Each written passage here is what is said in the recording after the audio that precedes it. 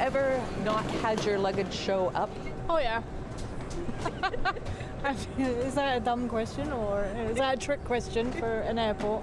Not a trick question, but maybe a leading one, because starting Monday, Canada's new air passenger protection regulations come into effect. According to the government's new airline standards, bumping, overbooked flights, tarmac delays, lost baggage, and delays or cancellations within an airline's control will all result in compensation for passengers. Great opportunity for to compensate, passengers for their inconvenience. The new regulations say passengers could get up to $2,400 when bumped from an overbooked flight, $2,100 for lost luggage, and come December, airlines will have to pay up to $1,000 for any delays or cancellations within an airline's control.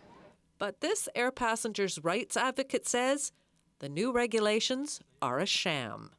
Canadian passengers are being duped by the government. Duped and deceived, he says. It sounds very appealing, but you can never meet the criteria. For example, at YVR, Flair Airlines passengers are encountering numerous flight delays this weekend. At 8:50, which is like 40 minutes before boarding, they said it was delayed by 12 hours. And then it got delayed till 8, and then 10, and then 11:45, and then they canceled it. Flair eventually stated one of its planes had a hydraulic issue which resulted in long flight delays for Vancouver, Edmonton, and Toronto. When we wanted to cancel, they start screaming that we have to pay money for cancellation. And I'm like, I'm sorry, but we had to leave yesterday at 2 p.m. In many instances, Lukac says the new rules are worse than the old ones.